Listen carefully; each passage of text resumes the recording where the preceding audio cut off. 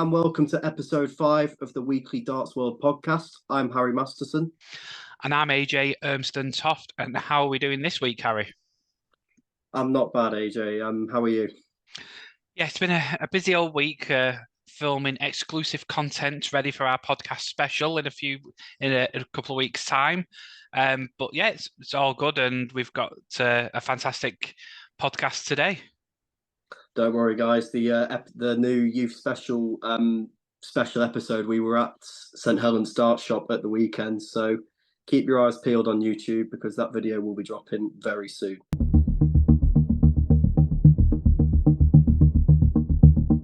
Into the news we go, and first place we'll start is last week's Premier League in Newcastle, and Michael van Gerwen made it a hat-trick of night wins. He now moves 8 points clear at the top of the table, and do you know what the bad thing is, AJ? He's 8 points clear at the top, and second and third have both got 7 points. So he's got more of a gap in between himself and seconds in comparison to the points that every other player has. Yes, he is the talk of the tune. He was definitely talk of the tune that night. Some fantastic play from all players. I mean, Peter Wright coming back to his best, I would say. I mean, 103 average in a narrow loss to Luke Littler. But sticking with them darts, as we mentioned previously. Exactly. And Peter Wright, before that Luke Littler game, had only hit 4 180s in the Premier League, but he added 6 last week. And it's sort of the sign that we all knew was there. He'd reached 2 semi-finals and a quarter-final on the Pro Tour. So the evidence was there, and he brought that form onto the big stage. Yes, definitely. I mean, and speaking of 180s, I mean, the amount of 180s hit so far, remember, we've only done 4 weeks, 182 180s so far, which is just an insane number.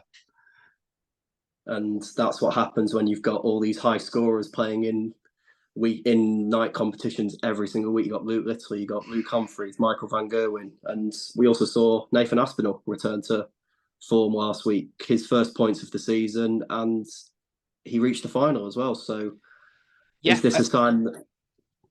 Sorry, yes. It seems everyone just seems to be getting better and better as these weeks go on. And I mean, it's making it a lot tougher for us for the predictions, but that's later on. But yeah, I mean, you look at the averages. I mean, you had 5 averages of over 100, and the rest were all 90s barring 1. I mean, so it is a very high standard of darts. And when I'm saying they're in the high 90s, I'm talking 98s.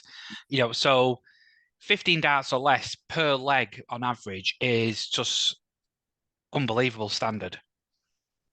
I think this standard was introduced as well when Luke Littler came into the Ali Pali. I think in his first game of the World Championship, I think every single leg that he threw was in 15 darts or less. So maybe that was an indicator to the players in the Premier League that the standard was going to rise. And I think they're slowly starting to get used to that now. Yeah, and you know we mentioned week 1 of the past, or episode 1, should I say? You know, we was going to be seeing these averages creeping up into the 110s, and week on week they're getting higher and higher and higher. And I think when it comes to the finale, or that cut of thrust of week 12 to week 16, you're going to see some real tungsten flinging. And just going back on to Michael van Gerwen, he threw his highest average of the tournament so far in his quarterfinal win over Gerwin Price. It was 107.27. And his checkout rate in the final as well. He didn't really have an amazing display on the doubles in the first 2 games, but he rectified it in the final, missed just 3 darts at double, and he's now 8 points clear at the top. Yeah, it's some going, and he is the man to beat, and we've mentioned this time and time again. He just seems to be more bullish. He just seems to be a bit more bravado in his throwing, in his way that he's presenting himself on stage. When you're looking at him, you're going, "That's a winner there." That's all I can see. He knows he's the man to beat in the Premier League. He's won the competition the last 2 years, and he produced a hat-trick of night wins last year. He's done it already again this year, and does he make it 4? No one's ever won 4 nights in a row, AJ. Well, only time will tell, and we'll have to predict that later on. We'll get to that. So from the PDC Premier League to the development tour, where all these rising stars are plying their trade at the moment, and what a fantastic 5 tournaments over 3 days there was. It was a case of an Irish double for Keen Barry in events 2 and 3, and then the rest of the tournaments were split across 3 different Dutchmen. Danny Jansen, who's had a very good start on the Challenge Tour this year, he's the number one. He won the first event. He beat Owen Roloff's 5-4 in the final. Yeah. And then it was a case of 2 whitewash wins in the final 3. Keen Barry defeating Sebastian Bieletsky 5-0. Jurien van der Velde returning to form. He claimed a 5-0 win over Leighton Bennett in event 4. And to wrap it up, Gian van Veen, who was the development tour number 1 last year, he wrapped up the final event with a 5-0 win over Dylan Slevin. Yeah, and looking at the performances of the players that we've just mentioned there, I mean, excellent averages. In the 90s more often than not, and the future of darts is looking tremendously bright with these players. I mean, there's only 2 spots at the top for the tour card holders, which at the moment are held by Keen Barry and Jean Van Veen.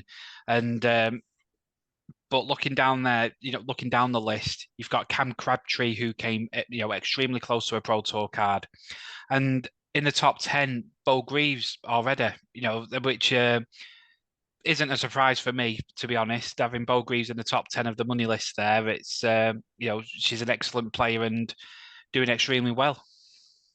I mentioned how good Danny Jansen has been in the Challenge Tour. He is obviously top, but Bo Greaves, it was a whitewash win against Danny Jansen for Bo in the event 3 last 16. She moved on to the quarterfinals. So it just shows that her standard is just going to rise year on year, and eventually it will play up in the development tour. Oh, most definitely. I mean, we had Lisa Ashton as a Pro Tour card holder in the past, and Fallon Sherrick has come extremely close on occasion. But I think, I would say in the next 2-3 years, you'll see Bo Greaves in the Pro Tour and doing well. Absolutely. And there was also a 9-darter on the opening weekend of the development tour. Owen Bates striking perfection in his 4-2 win over Dylan Slevin in event 2. Yeah, it's tremendous to see. And, this development tour was kind of a progress of the JDC or vice versa. And, we was expecting some good things, but now it is phenomenal. And a final mention to Vessel Neiman. He was, in my opinion, I think he was having a competition with himself in terms of trying to throw the highest average of the weekend. He threw 111.33 twice. He threw it in the second round of event 3 against Alfie Fisken. And then he did it again in event 5 in the last 32 against Bradley Brooks. So has that ever happened before, AJ? You averaged the exact same score in one weekend on the development tour, and it was 111 as well. Yeah, I don't think it's ever been that high on the development tour, but it's funny. I mean, I don't think there's been a game. No, sorry, tell a lie. There was like a Super League game when you get your averages, and it was like, I think the closest I've ever seen is like 0.2 or 0.02 of a difference. Where it's been that close, but it wasn't to this standard. I'll admit that. But no, I mean, Wessel is an extremely good player, and I've played against him in the Swiss Open pairs a good 6 years ago, and yeah, you could see the talent then, and he's really coming into his own on the development tour here. And the evidence is there with Wessel at the World Championships. He did lose in the first round to Steve Beaton, but he did give him a very good game, and I'm sure it was a bit more of an experience versus youth in that game at the Ali Pali. But with the more tournaments he plays, he's just going to get better, and he will get that first one on the Ali Pali stage and in other major competitions as well. Absolutely. I mean, he's got a bright future ahead of him.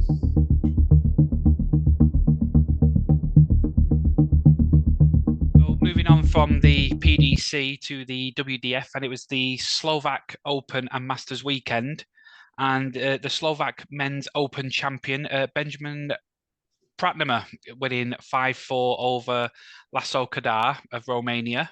And the 2024 Slovak Masters title was won by Anthony Allen. He defeated Brian Roman in the semi-finals before going on to beat Hungarian Nandor Prez 5-2 in the final. And in the ladies' competition, Monique Lesmeister was the winner of the Slovak Masters. She beat hometown participants Martina Solovska 5-1 in the final. Yes, and Martina had a good weekend, reaching the final of the Slovak Women Open event, but getting beat by Paige Pauling of England 5-0. So a really good weekend there for Martina in Slovak, in her home country, and it's getting really interesting now. Now we're going into March. We've got a fair few events in the WDF. You've got the renowned Isle of Man weekend over the 7th to the 10th of March, and then it's way abroad. You're talking America. You've got the Missouri St. Patrick's Open, and then you've got the Virginia Beach Classic, and over in Australia you've got the Victorian Easter Classic. So plenty of events going further afield. And this is what you have to do now. These are the events you have to play if you want to qualify for the Lakeside Worlds at the end of the year. Indeed you do. Indeed you do.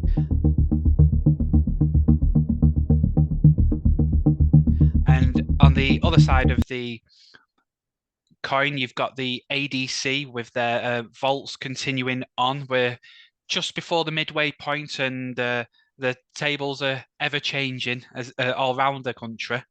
We've also got the small matter of the Windmill Championship Tours coming up in next month. Yes, it's back, and it's bigger and it's better than ever. You've got the Windmill Championship Tour for men and for women, and you've got the 4 weekends, 2 in Middlesbrough and 2 in Aylesbury, and £20 each per tournament in the men's, for the men's, and some decent prizes on offer for each tournament. So each open event, 2 per day. You've got £1,000 to the winner, and then the top 8 obviously going to the finals, where a cool £2,000 is on offer.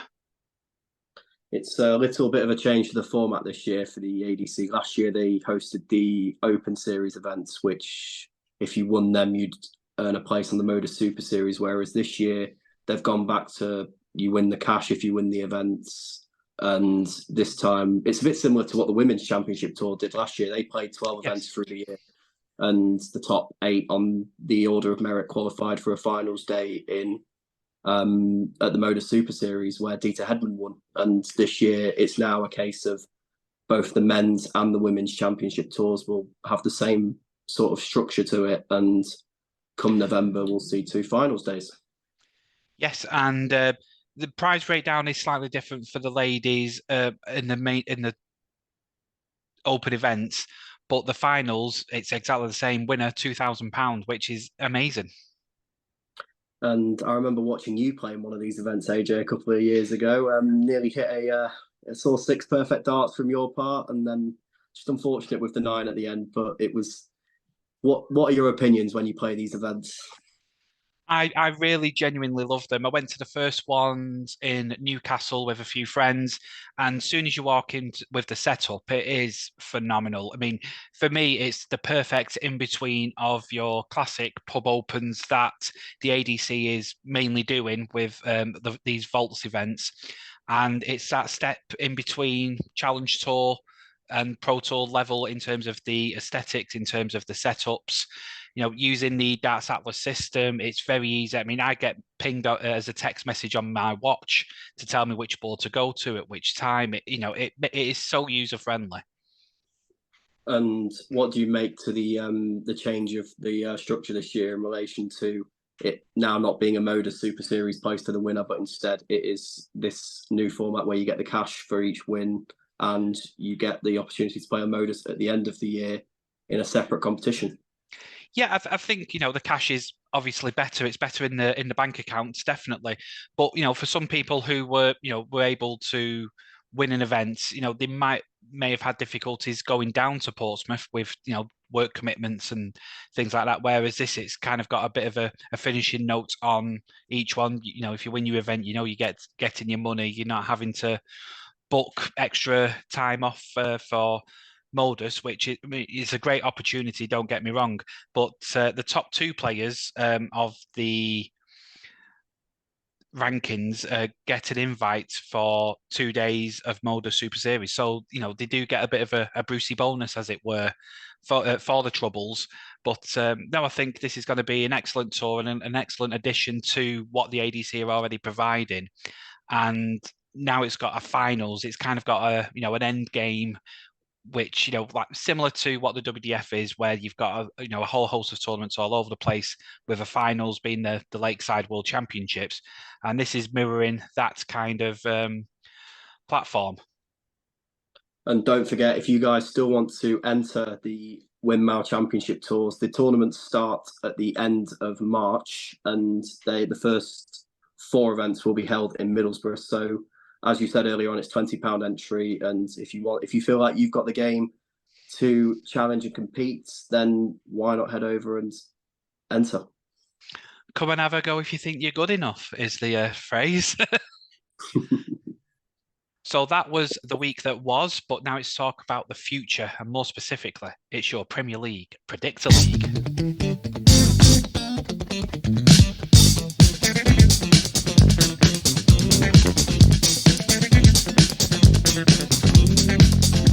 Week 4, as we already mentioned, was in Newcastle, with MVG getting the weekly win. But what does that do to the tables for us, Harry?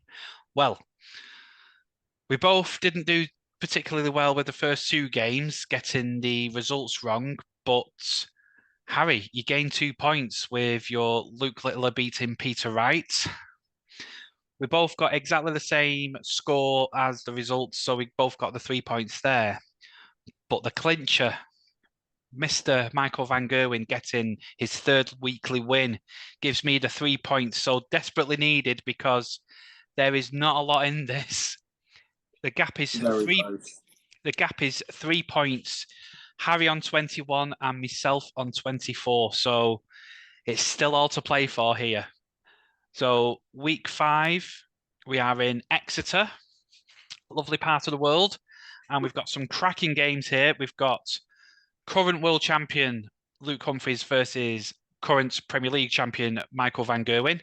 You've got Nathan Aspinall versus Peter Wright. You've got Gerwin Price versus Rob Cross, and then the Battle of the Northwest, Luke Littler versus Michael Smith. So first game, Luke Humphries, MVG. Who have you got and why? I think this is the quarterfinal of the night, definitely, and it's quite mad that it's the first one up. I think this is very, very tough to predict, this opening game. They've already played each other in the week 3 final, and Van Gerwen did win that game 6-5, and I'm going with the exact same scoreline for this, 6-5 to Michael Van Gerwen. Oh, so I've gone for the same result. I think a Michael Van Gerwen win, but I just think, and this is not discrediting Luke Humphries in any way, shape or form, but I just think Michael Van Gerwen can reel off 3 legs in a row very quickly and, you know, very effectively. And I just think with that 3 legs in a row, that'll give him that extra leg advantage. So I'm going with 6-4 Michael Van Gerwen. So next game in that bracket is Nathan Aspinall versus Peter Wright. Now, you could say the 2 players that were, you know, out of sorts at the start of the Premier League, but now both, you know, really coming into their own. Peter Wright playing some really good darts recently on the Pro Tour and last week, even in defeat. And then Nathan Aspinall getting a final berth last week as well. This is going to be really close, this one, because, you know, as I said, you know, they're both rising at the same time in terms of performance. And it's, for me, it's toss a coin, but I'm saying heads Peter Wright wins 6-5. I agree. I do think Peter Wright will get his first win of the Premier League this week in Exeter. I think the signs are positive for him. The performance keeps improving every week. He got his first Tumpus average last week, 103 average as well. And Nathan Aspinall did look really good last week as well. He got his first points of the campaign. He reached the final. He beat some top names to get to the final as well. But I'm going to go with Wright to win, and I'm going to go with him to win 6-4. Interesting. So we're kind of around the same, but in different matches. And then in the bottom half of the bracket, we have the first game, which is Gerwyn Price versus Rob Cross. Again, another tantalising game. Who have you got and why? I've noticed with all these Premier League games that all the games are actually really, really close in legs, and I'm going to stick with that theme for this prediction. And I think Gerwyn Price, after losing last week, he'll want to bounce back, and I'm going to go with him to win 6-5 against Rob Cross. Looking at my blooming notes again, honestly, I'm going to have to sort my computer out. Have you been sending some Trojan horses to my computer? No. Looking at this exactly the same way. I mean, again, they're both playing well, but as you said, I think Gerwyn Price just pips it. A burst of energy. Where he just seems to find that miraculous leg of an 11 darter. Where just makes a difference. So yeah, exactly the same on there. And last match of the evening. What a corker this is going to be. Pride of the Northwest at stake. You've got Warrington's Luke Littler versus St. Helens Michael Smith. But a few say Luke Littler's an adopted St. Helena. But no, this is going to be a really, really, really good game. I'm really looking forward to this. No, absolutely, and they're both coming in. Like Michael Smith's already won a night in the Premier League. Luke Littler is coming in on the back of another excellent display last week, so it should be a good match. Yes, so I'll go first because you went first last time. So I'm going with the Nuke. I'm saying he's going to win 6-5. Again, it's going to be a coin toss. And this is going to be the case now for between now and the week 16 is you've just got to call it as a coin toss because they're all playing extremely well. But yeah, for me, Luke Littler, Luke Littler 6-5. You mentioned it's a coin toss. It is a coin toss, and I'm actually going to go the other way. I'm going to go Michael Smith to win 6-5. I just think that he lost last week, but I feel like Michael Smith this year is going to take it a lot more seriously. He's not the world champion anymore. He's not got that burden on his back anymore. And I just think that even though he lost last week, I'm just thinking that the pressure of him not being a world champion is not there. So I feel like he can be himself a bit more. And I feel like he reaches the semi-finals this week in Exeter and he'll win a last leg decider. As I said to you earlier on, all the games are so close. And I feel like we're noticing that as well with our predictions. Like every game is either 6-4 or 6-5. Yeah, the first 2 weeks, you've always got to have your fast starters and your slower starters, and that was proved right. But now everyone's just getting into the swing of things. Now it's in their movements, it's in their it's in their systems. They just know it's in the process. Right, Thursday Premier League, I know what to do. I've got to hit 100 average. It's a hit or bust, and it's just got to be. They've got to be at it, and I think we're going to see.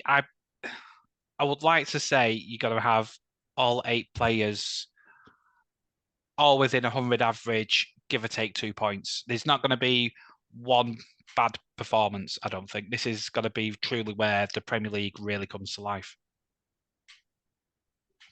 Absolutely. So just leaves us with the weekly winners. And the brackets are really interesting. I think this is the one where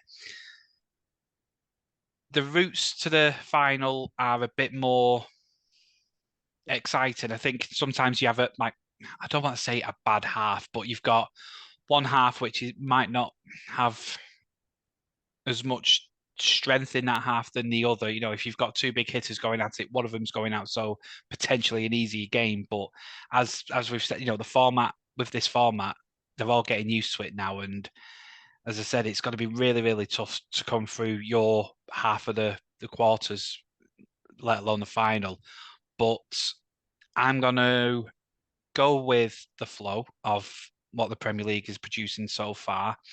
I'm going to call a 4th week on the win on the spin. easy for me to say, for MVG. I mean, I can understand it. I can understand it. He has, as we said in the show earlier on, he is the man to beat in this competition. He is. He's adapted to this format since it was introduced 2 years ago. He's won the two competitions with it, and this. So you're saying this is going to be the first time in this format's history where we're going to see a player win 4 nights in a row. Yes, I'm going to put my neck on the line. I'm going slightly different. I feel like we've not predicted the same winner on any week, which I actually think is quite good because I said Luke Humphries to win last week, and he obviously went out in the quarterfinals. But we'll discuss that another day. And I'm gonna go with Gerwyn Price to win this week. Interesting. Yeah, I think his form, like I mentioned his form last week. He's playing really, really well on the Pro Tour, and he came so close on the opening week in Cardiff. And we seem to forget the guy came top of the league last year, and he won 4 nights out of the 16 weeks played. And I just feel like that night win is coming for Gerwyn Price, and I feel like Exeter will be the place where he gets it. Yes, I mean, it's not a case of forgetting about him. I mean, as we've said, all 8 players are tremendous and they're throwing it and they're all in really good form at the moment. This Premier League, you can tell by the averages, you can tell by the number of 180s being hit by all of them. I mean, it's like for the past 3 weeks, it's been 50 every week, been 50, 50, and 49. I mean, the standard is incredible. And you're getting, big fishes, you're getting all them headlines that we was expecting, but it just seems to be upper level. Yeah, we're starting to see with the Premier League, with every player that comes into each of these night competitions, that you have to play your best. If you don't play your best and you play your B or your C game, you're probably going to get found out by the other 7 players that are just. This is why it's the Premier League. They're the top players for a reason, and if you don't play your best, you get found out instantly. Yes, it is becoming a real tantalising night of darts each and every week.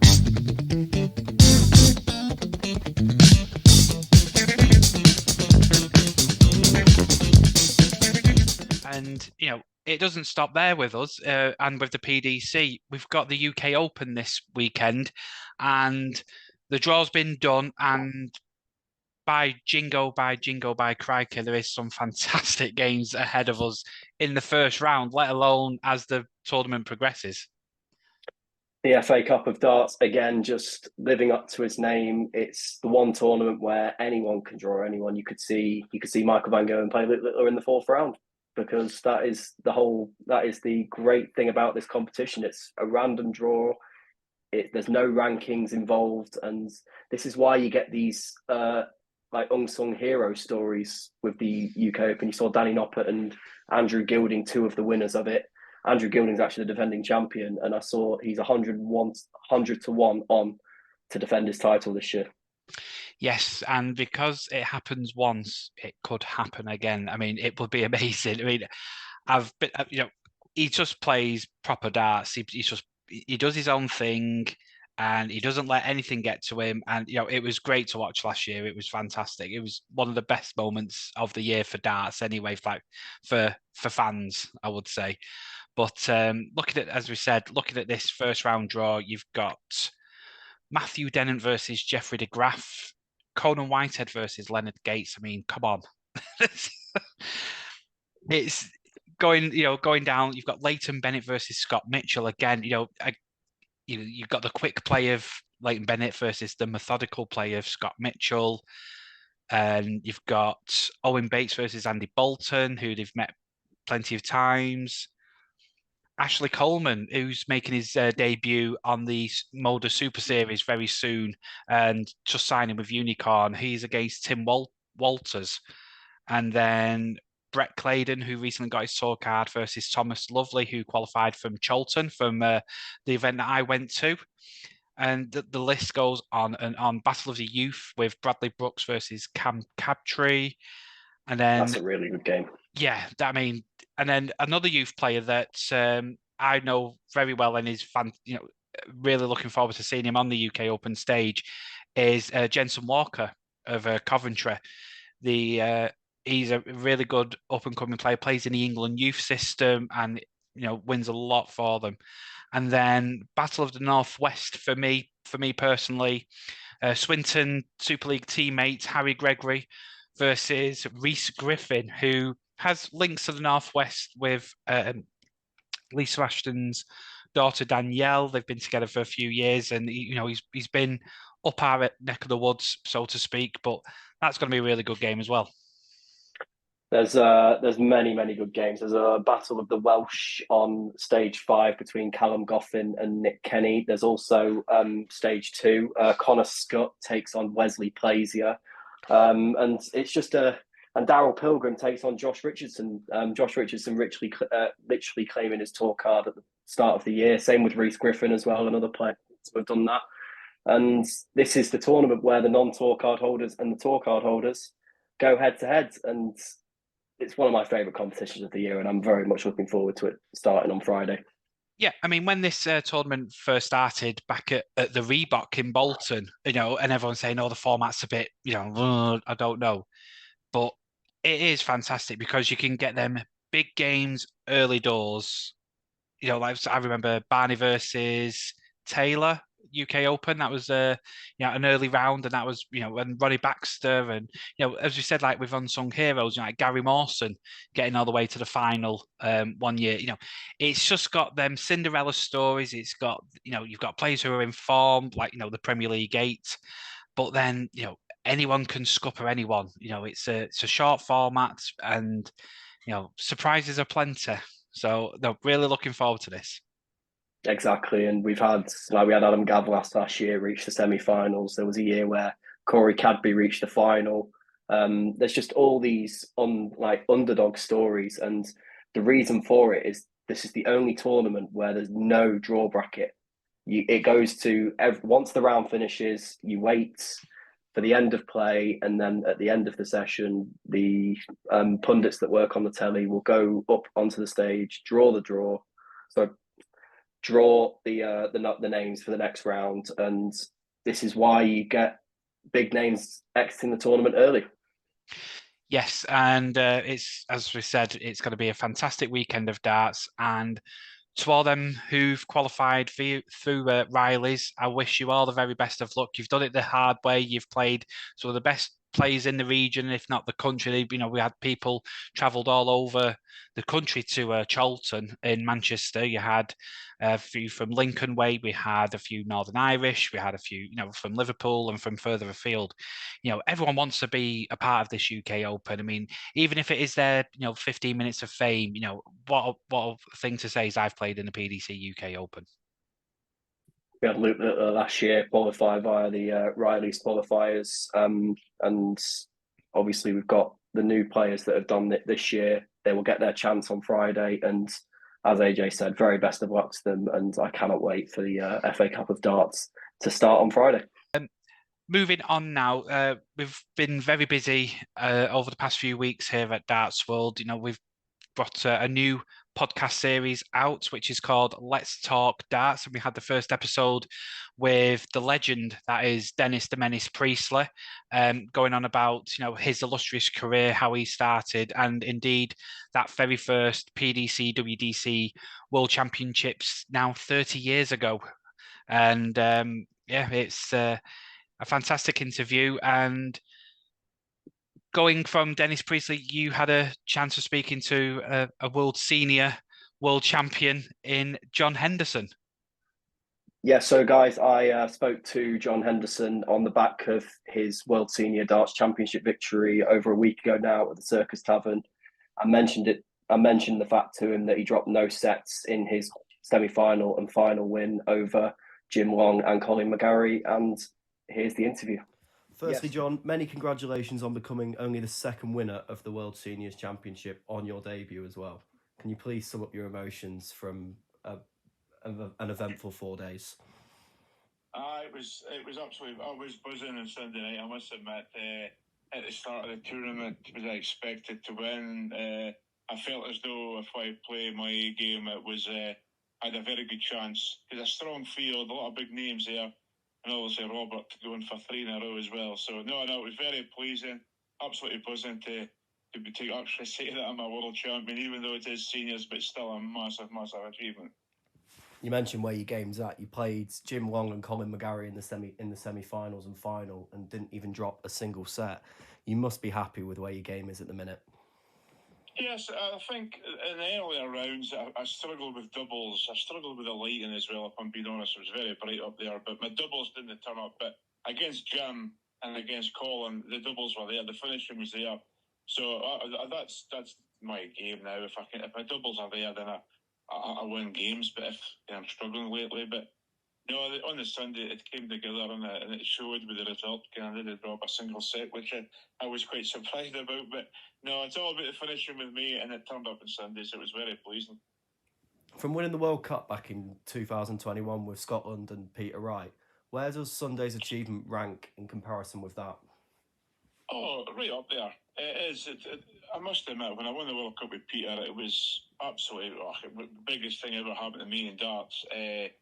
But a lot of people do say I had Peter to kind of hold my hand. He was kind of giving me a kind of guidance to get through that games. But this weekend at the seniors, it was all about me, what I was going to do. So that's the pleasing thing.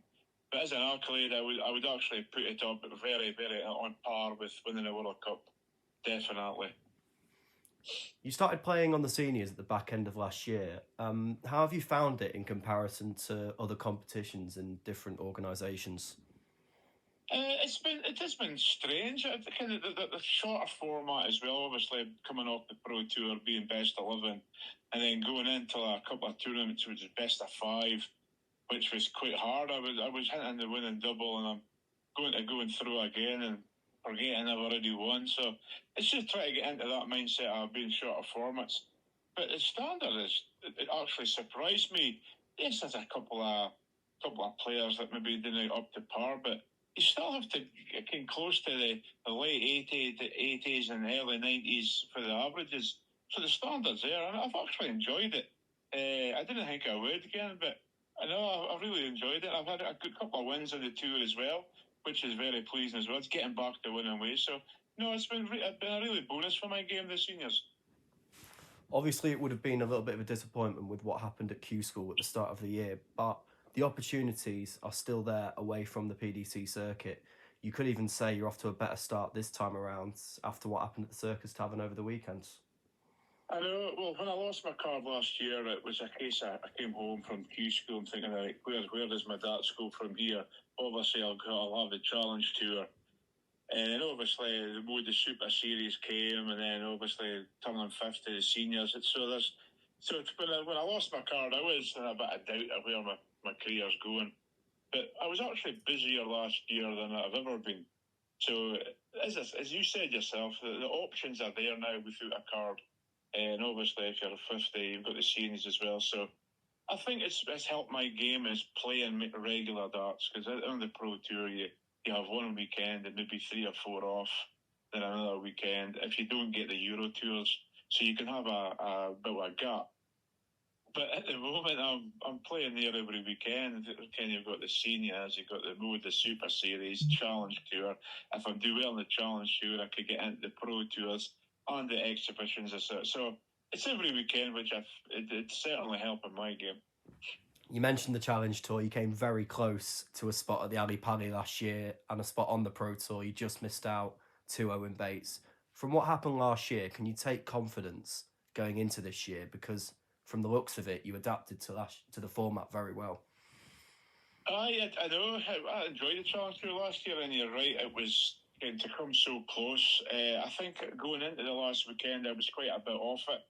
And then I won one, so it put me right in the mix. And then going into the very last, I was the one that looked like it was going to finish second. And then obviously what happened with Owen, fair play to Owen, he did what he needed to do. So it was I was a wee bit gutted.